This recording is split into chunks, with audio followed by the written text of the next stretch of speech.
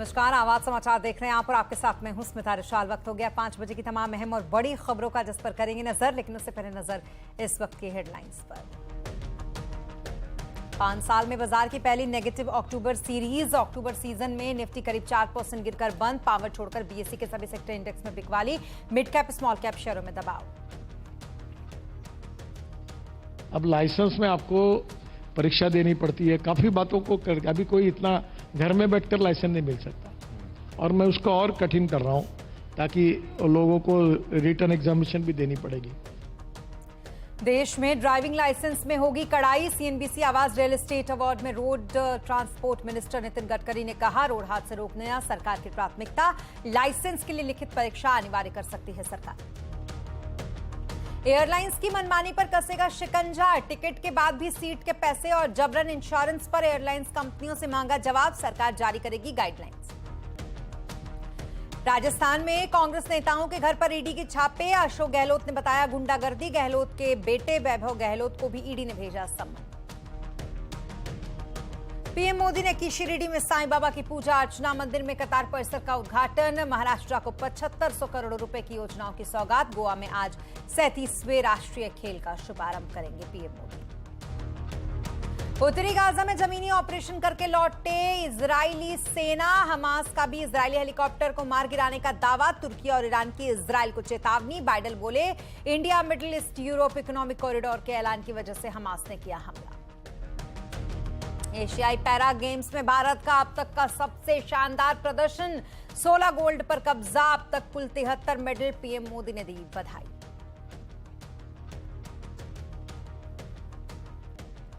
और खबरों की शुरुआत करेंगे बाजार से, जहां अभी भी हाहाकार मचा हुआ है और लगातार छठे दिन लाल निशान पर आज बाजार बंद हुआ। पावर सेक्टर को अगर छोड़ दे तो बीएसई के सभी सेक्टर इंडेक्स में बिकवाली देखी गई। सेंसेक्स 901 अंक गिर के 63,148 पर बंद हुआ, तो वहीं निफ्टी 265 अंक गिरकर 18,857 पर बंद हुआ। मार्केट का पूरा एक्शन समझने के लिए चलते हैं सुमित के पास। सुमित, बताएं जरा सेक्टर्स का आज कैसा हाल रहा। देखिए, अगर हम बाजार की बात करें तो एक्सिस बैंक के अच्छे नतीजों के बाद शेयर में लगभग 1.5% की तेजी रही। ये निफ्टी का टॉप गेनर आज आपको बनता हुआ दिखाई दिया। इसके अलावा इंट्राडे में अदानी पोर्ट्स में काफी अच्छी रिकवरी आई और एचसीएल टेक्नोलॉजी पैक में यहां आपको खरीदारी आती हुई दिखाई पड़ी। लेकिन ज्यादातर स्टॉक जैसे कि एशियन पेंट्स खराब नतीजों के बाद शेयर में लगभग 5% का इंट्राडे फॉल आपने देखा। इसके अलावा एमएनएम, बजाज फाइनेंस, यूपीएल जैसे काउंटर्स में भी आपने बिकवाली हावी होते हुए देखी।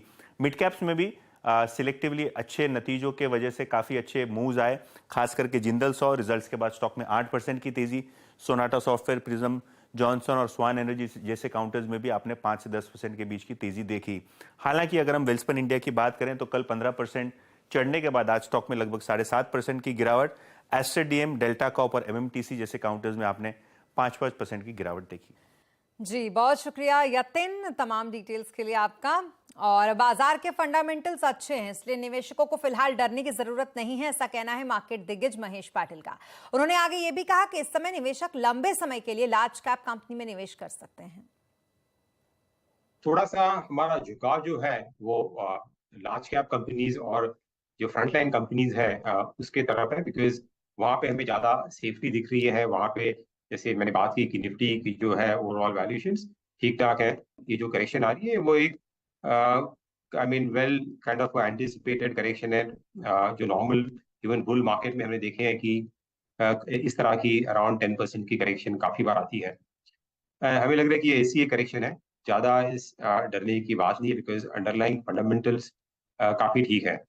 सो मैं नहीं कहूँगा कि इन्वेस्टर को कि अभी पैनिक करके निकल जाना चाहिए। हालांकि आपके अगर एसेट एलोकेशन में काफी कुछ चेंज हुआ है, राइट, तो वो एसेट एलोकेशन रीबैलेंस करने की बहुत जरूरत है। और अब बात करेंगे एयरलाइंस की। एयरलाइंस में हर सीट के लिए पैसा, इंश्योरेंस या दूसरी सर्विस के लिए बाध्य करना, ये सब डार्क पैटर्न सेलिंग के अंदर आता है। अब सरकार इन पर शिकंजा कसने जा रही है। सरकार जल्द ही गाइडलाइंस जारी करने वाली है, लेकिन इससे पहले कंज्यूमर अफेयर मंत्रालय ने 8 नवंबर को एयरलाइंस और कंज्यूमर संगठनों की बैठक बुलाई है। कंज्यूमर अफेयर की अतिरिक्त सचिव निधि खरे से बातचीत की हमारे संवाददाता असीम मनचंदा ने। यदि आपने पहले से दे रखा है कि भाई अमुक सीटें जो हैं उनका कॉस्ट ये होगा, तो ये तो एक फेयर और इन्फॉर्म्ड चॉइस लेने के लिए मतलब उचित है। लेकिन अगर मान लीजिए आपने इसका हिडन कॉस्ट रखा हुआ है और कंज्यूमर जब सीट सिलेक्शन के लिए जाता है उसे एक्स्ट्रा पे करना पड़ता है, तो ये डार्क पैटर्न के इश्यूज हैं। तो हम लोगों ने 8 नवंबर को सभी जो स्टेक होल्डर्स हैं, इंक्लूडिंग जो कंज्यूमर ऑर्गेनाइजेशंस हैं, हमारे जो टूर एंड ट्रैवल कंपनीज हैं और साथ साथ जो एयरलाइंस के प्रमुख लोग हैं, उन सभी को हमने इसके एक बैठक के लिए बुलाया है। इंश्योरेंस लेने के लिए भी मजबूर कर रही है एयरलाइंस कंपनी आपको? एकदम। तो आप टिकट खरीदने जाते हैं लेकिन वो ऑटोमेटिकली पॉपअप होता है कि क्या आपको इंश्योरेंस लेना है, आप कहते हैं नहीं, या मान लीजिए आपके पास पहले से इंश्योरेंस है, you don't want to take it, और जब आप मना करते हैं तो वो आपको शेम करता है, वो कहता है I will risk my life. So ये कभी कभी कंफ्यूजिंग होता है। तो कंज्यूमर जो है वो इस तरह की जो नैगिंग चॉइसेस हैं, where he is being forced to take a certain subscription, तो इन सब चीज़ों से कैसे बचा जाए और कंज्यूमर के लिए ज़्यादा आसान, सुलभ और जो एक उचित सेवा है। एयरलाइन में क्या है डार्क पैटर्न सेलिंग, और क्या सिर्फ गाइडलाइंस से तरह तरह की वसूली पर रोक लग जाएगी? आज का कंज्यूमर अड्डा में इसी पर होगी खास चर्चा, शाम 5:57 पर। रोड ट्रांसपोर्ट मंत्री नितिन गडकरी ने ईवी और ग्रीन एनर्जी से चलने वाली गाड़ियों पर जोर दिया। उन्होंने कहा कि प्रदूषण आज की सबसे बड़ी समस्या है और ऑटो सेक्टर को इस बारे में सोचना चाहिए। उन्होंने ये भी उम्मीद जताई है कि आने वाले दिनों में ईवी गाड़ियों की लागत में काफी कमी आएगी। उसका एवरेज रेट अगर इथेनॉल पर चलाएंगे तो 25 रुपए लीटर पेट्रोल उतना एवरेज मिलेगा। तो अब इसमें ग्राहकों का भी फायदा और पोल्यूशन जीरो है। But sir ethanol, methanol, biodiesel, bio LNG, bio CNG, electric और हाइड्रोजन, तो ये 16 लाख करोड़ का इंपोर्ट है और आने वाले समय में 25 लाख करोड़ देश के बाहर जाएंगे। और उसके बदले में अगर ये import substitute, cost effective, pollution free और इंडिजिनियस, तो हमारा किसान समृद्ध संपन्न बनेगा, रूरल एग्रीकल्चर इकोनॉमी समृद्ध संपन्न बनेगी, लोगों को रोजगार होगा और प्रदूषण से मुक्ति मिलेगी। तो मैं इसलिए कहता हूं कि air pollution, water pollution and sound pollution is a big problem. तो इसको दूर करने के लिए, अच्छा इसमें ग्राहकों का भी फायदा है। बट सर उसमें एक सेकंड, लेकिन रनिंग कॉस्ट की बात मैं समझ गया, लेकिन इनिशियल कॉस्ट काफी है और कब तक आप सब्सिडी देंगे? अभी 50,000 गाड़ी मैं मुंबई में लाख हो गई तो हाँ, तो मैंने इरिक्सन कंपनी का मोबाइल लिया था तो 1.25 लाख रुपए का था, अब 3,000 रुपए में मिलता है। तो क्या होता है, जब अभी पहले इलेक्ट्रिक व्हीकल में लिथियम आयन बैटरी की कॉस्ट 40% होती है। अगर 1 करोड़ की बस है तो 40 लाख रुपए बैटरी को लगते हैं। तो उस समय पहली बार शुरुआत हुई तो $150 पर आवर पर किलोवाट कीमत थी। अब वो $115 पर किलोवाट पर आवर आई और मेरा विश्वास है कि 2 साल के अंदर वो $100 पर किलोवाट पर आवर आएगी। तो पेट्रोल की गाड़ी, डीजल की गाड़ी और इलेक्ट्रिक की गाड़ी की कॉस्ट सेम होगी। तो मुझे बताइए कि कॉस्ट सेम होने के बाद इधर 30,000 रुपए का पेट्रोल और 3,000 रुपए की बिजली और पोल्यूशन जीरो, तो विन विन सिचुएशन में सबका फायदा होगा। तो धीरे धीरे पेट्रोल, डीजल, फॉसिल फ्यूल को छोड़िए, बायो फ्यूल को अपनाइए, प्रदूषण को हटाइए और आपकी जान बचाइए। और सीएनबीसी आवाज के मैनेजिंग एडिटर अनुज सिंघल के साथ नितिन गडकरी का ये पूरा एक्सक्लूसिव इंटरव्यू आप देख सकते हैं आज शाम 5:27 पर। और अब बात करेंगे इजराइल हमास जंग की।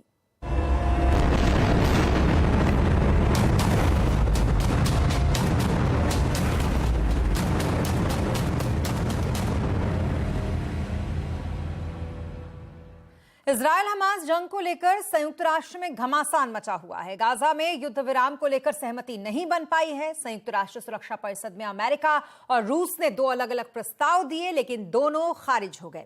अमेरिका ने रूस के प्रस्ताव के खिलाफ वीटो किया, तो वहीं चीन और रूस ने अमेरिका के प्रस्ताव के खिलाफ वीटो करके उसे खारिज कर दिया।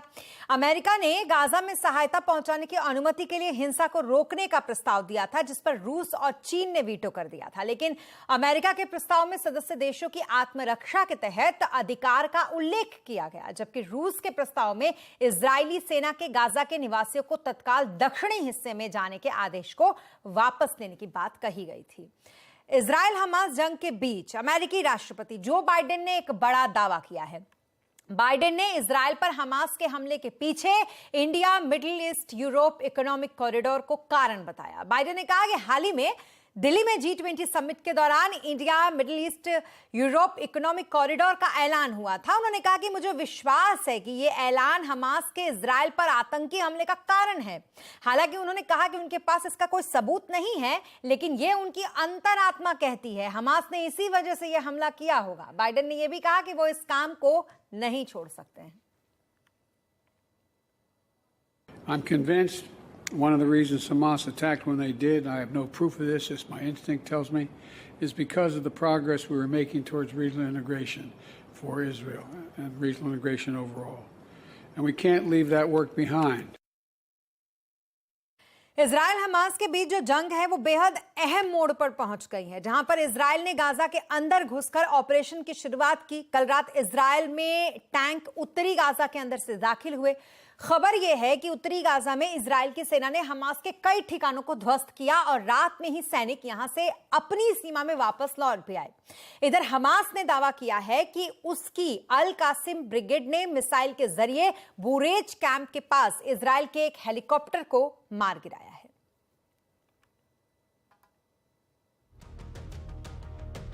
और इजराइल हमास जंग अब जिस मोड़ पर पहुंच गई है, वहां से आगे अब क्या होगा, आज आवाज अड्डा में इसी पर करेंगे चर्चा शाम 7:57 पर। और अब बात प्रधानमंत्री नरेंद्र मोदी की, जो शुक्रवार को इंडिया मोबाइल कांग्रेस के 7वें एडिशन की शुरुआत करेंगे। इस दौरान टेलीकॉम इंडस्ट्री के दिग्गज मुकेश अंबानी, सुनील भारती मित्तल और कुमार मंगलम बिरला भी यहां पर मौजूद रहेंगे। इस साल आईएमसी में क्या क्या होगा खास, जानने के लिए चलते हैं असीम मनचंदा के पास। असीम, बताएं जरा क्या है कार्यक्रम इस बार आईएमसी में?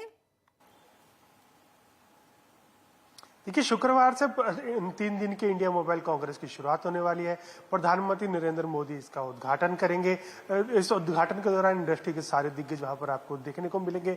मुकेश अंबानी, सुनील भारती मित्तल, कुमार मंगलम बिरला मौजूद रहेंगे। कई तरह के अनाउंसमेंट्स आपको यहाँ पर देखने को मिल सकती हैं। सबसे पहले तो बजट में वित्त मंत्री ने 100 5G लैब्स बनाने की घोषणा की थी, तो अब ये लैब्स बनाने का काम काफी आगे बढ़ चुका है। प्रधानमंत्री मोदी खुद इन 100 लैब्स को एजुकेशन इंस्टीट्यूट्स को सौंपेंगे। इन लैब्स के जरिए रिसर्च एंड डेवलपमेंट का काम किया जाएगा कि किस तरह से स्टार्टअप्स को बढ़ावा दिया जा सकता है, किस तरह से 5G के यूज केसेस को बढ़ावा दिया जा सकता है। खासतौर पर कि भारत अब 6G की तैयारी कर रहा है, तो किस तरह से 6G को लेकर के आगे बढ़ा जा सकता है। तो ये 3 दिन का इंडियन मोबाइल कांग्रेस एक पूरा आर्टिफिशियल इंटेलिजेंस, साइबर सिक्योरिटी, इन सब चीजों के ऊपर इसका फोकस रहेगा। इसका लक्ष्य है कि भारत को जो कटिंग एज टेक्नोलॉजी के तौर पर एक जो इंपोर्टर है, भारत एक्सपोर्टर है या फिर मैन्युफैक्चरर है, उसके तौर पर इसको स्थापित करना। तो कल से इसकी शुरुआत होने वाली है।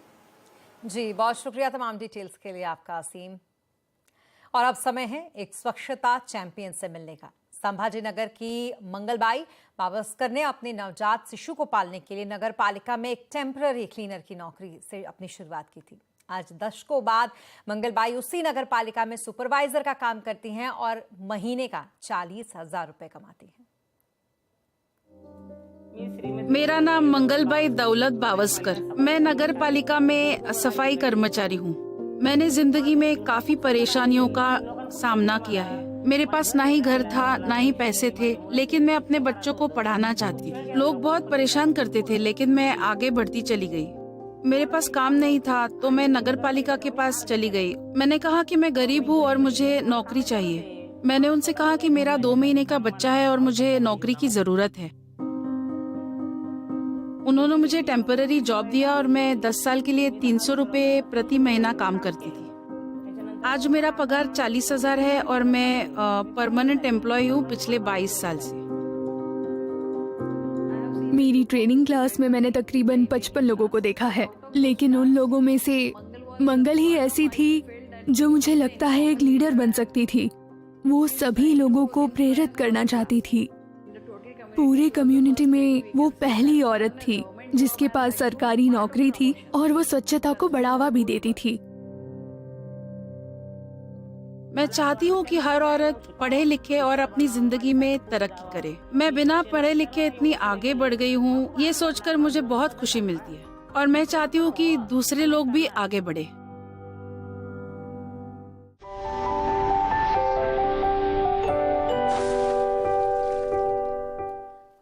एक छोटे से ब्रेक के लिए, लेकिन ब्रेक के बाद जल्द होंगे हाजिर। आप बने रहे हमारे साथ। एक बार फिर आपका स्वागत है। बस स्टॉप या मेट्रो स्टेशन के बाहर खड़ी बैटरी वाली मिनी मोपेड उठाइए और ऑफिस या कॉलेज जहां जाना हो निकल जाइए। खर्चा ऑटो और टैक्सी से बहुत कम।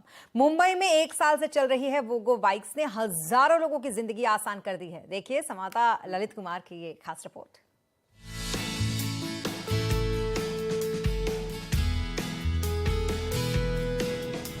कंफर्टेबल सिटी बस और मेट्रो ट्रेन ने इन दिनों अर्बन पब्लिक ट्रांसपोर्ट को काफी बेहतर बना दिया है, लेकिन ये पब्लिक ट्रांसपोर्ट आपको आपके फाइनल डेस्टिनेशन तक नहीं पहुंचाते। आपको अपने घर, दफ्तर, स्कूल या फिर जहां भी आप पहुंचना चाहते हैं वहां जाने के लिए फिर ऑटो या टैक्सी का मुंह देखना पड़ता है। लेकिन इसका एक शानदार उपाय है सेल्फ ड्राइविंग व्हीकल। ये सुविधा देश के कई शहरों में तेजी से उभरी है। मुंबई में ये सुविधा दे रही है वोगो बाइक्स। बेस्ट और वोगो ने मिलकर इन्हें शुरू किया है। ये बैटरी से चलती हैं और इन्हें चलाना बेहद आसान है। अगर आप बेंगलुरु, मुंबई या हैदराबाद सिटी में रहते हैं तो वोगो की ई बाइक आपके लिए ट्रैवलिंग के लिए एक बेस्ट विकल्प हो सकती है, क्योंकि वोगो की ई बाइक आपको देती है 3 रुपये पर किलोमीटर की राइड, यानी 3 रुपये में आप 1 किलोमीटर की राइड कर सकते हैं। अगर बात करें कि यहाँ ये ई बाइक कहाँ से प्राप्त कर सकते हैं, तो आप near by bus stand, near by railway station या कॉमर्शियल एरिया या रेजिडेंट एरिया में आप ये ई बाइक प्राप्त कर सकते हैं। वोगो ई बाइक चलानी है तो आपको चलो ऐप या वोगो ऐप पर अकाउंट बनाना होगा। शुरू में 100 रुपए ऐप के वॉलेट में डालने होंगे। इसके बाद ऐप से ही राइड बुक कर सकते हैं। राइड बुक होते ही ऐप में बाइक का नंबर दिखेगा और आपके पास खड़ी बाइक बीप करेगी। बस बाइक उठाइए और निकल जाइए। इस सुहाने सफर के लिए आपको चुकाने होंगे 1 रुपए प्रति मिनट और 3 रुपए प्रति किलोमीटर। इस हिसाब से महंगाई बढ़ रही है, उस हिसाब से ई बाइक देखोगे तो टैक्सी वाला नहीं रुकता, और अगर आप नॉर्मली बाइक यूज़ करोगे तो उसमें पेट्रोल डलवाना पड़ता है, तो उसमें ज़्यादा महंगाई रहती है। अगर आप ई बाइक यूज़ करते हो इमरजेंसी के लिए अच्छा है। वोगो ई बाइक बैटरी ऑपरेटेड है और इन्हें चलाना साइकिल चलाने से भी आसान है। साथ ही इन्हें चलाने के लिए ना लाइसेंस चाहिए ना हेलमेट जरूरी है। हाँ, चलने के लिए आपका 18 साल का होना जरूरी है। आप इलेक्ट्रिक साइकिल में आप साइकिल चला रहे हैं सड़क पे, कितने रिस्ट्रिक्शन है आपके पास में, है ना? ये लॉ के बाहर नहीं है। तो जो India law, traffic rule, motor vehicle act जो साइकिल पे अप्लाई होता है वो इन पे अप्लाई होता है। यूजर को हम बोलते हैं डिक्लेयर करने के लिए वो 18 साल के हैं मिनिमम, है ना? पर वो डिक्लेरेशन है, हम इन्फोर्स नहीं कर सकते, क्योंकि जब आप ले रहे हो तो हम आपको वीडियो पे नहीं देख रहे या देख नहीं रहे हैं। लेकिन जब हमें दिखता है कि कोई मिसयूज हो गया किसी बाइक का, हम उस अकाउंट को ब्लॉक कर देते हैं। तो आसान नहीं कि आपका अकाउंट आपका मोबाइल नंबर से वो ब्लॉक हो गया, आपने फिर से उसको ओपन कर लिया, नहीं, वो नहीं हो पाएगा। पर लीगली ना कोई लीगल रिस्ट्रिक्शन नहीं है लाइसेंस का या एज लिमिट का, क्योंकि ये साइकिल्स है, they are treated like electric cycles. चलो मुंबई में इस समय करीब 1000 ई बाइक की सर्विस दे रही है। कंपनी के मुताबिक सिर्फ मुंबई में अब तक 2.5 लाख लोग वोगो बाइक यूज कर चुके हैं। अब तक 15 लाख किलोमीटर की रनिंग हो चुकी है। फिलहाल ये मुंबई के एक हिस्से तक ही सीमित है, लेकिन जल्दी ही ये सबर्ब्स में भी नजर आएगी। ललित कुमार, मुंबई। और इसी के साथ इस बुलेटिन में फिलहाल इतना ही, लेकिन खबरों पर लगातार अपडेट के लिए आप बने रहें CNBC आवाज के साथ।